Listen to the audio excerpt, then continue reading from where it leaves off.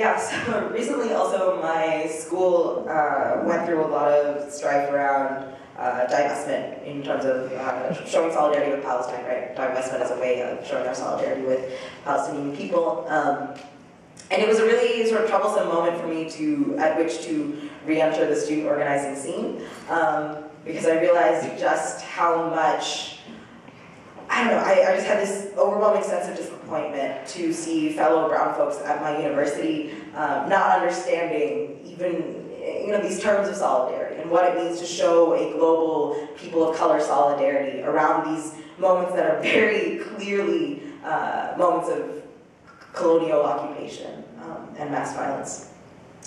So that's what I was reflecting on when I wrote this piece. Dear Palestine, on behalf of the student body of Stanford University, I am so sorry. Several weeks ago, my undergraduate student senate voted to support the continued investment of my university's money in corporations that profit from your people's suffering. But Palestine, you have to understand, this is the Obama age of politics.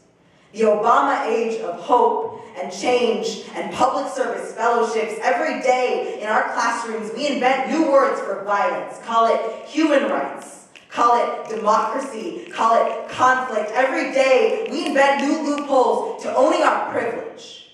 We are too young. We are not the decision makers. This is not our fight. We did not start the fire. Stanford would never profit from colonization. Stanford would never. We would never. Palestine. We are scared children in a waking nightmare. And we are experts at keeping our eyes closed. Our institution does not teach us about allyship, how to listen to a struggling people, how to heed their asks. Our education has robbed us of strength, of humility, of patience, made us forget that the revolution does not happen in a 10-week quarter. We do not understand the huge sense of time that you hold in your struggle, your decades of suffering, your decades of resistance. One of our senators suggested a study abroad program to your land as an alternative to divestment. We are taught to take field trips to regard the bulldozers we are funding destroying your people's homes, Palestine. We will take the profits from our investments and write grants to research you.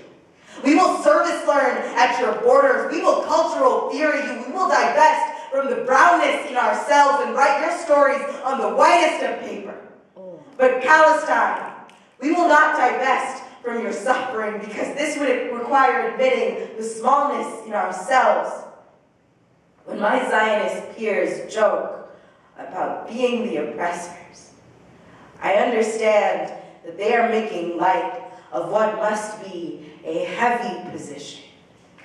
For people in power, divestment is like looking in the mirror and cutting off an arm, like looking in the mirror and regarding the emptiness of all our successes, the way our stomachs are filled on violent histories, the way our universities shine bright red in the sun, the way our classrooms are mausoleums to thousands of spirits, the way Israel is built on occupied Palestinian land, the way Claremont is built on occupied native land, the way Israel is built on white supremacy, the way our universities are built on white supremacy, the way the United States is built on white supremacy, Palestine. None of this place belongs to us, and we would kill before giving it back. Colonization does not just look like evil, it looks also like good people being silent. It looks also like good people being silent. Dear West Bank, dear Gaza, dear Intifada, for now, I can only offer my continued adoration for your struggle and all its radiant darkness. Dear Palestine, with love, Jenny.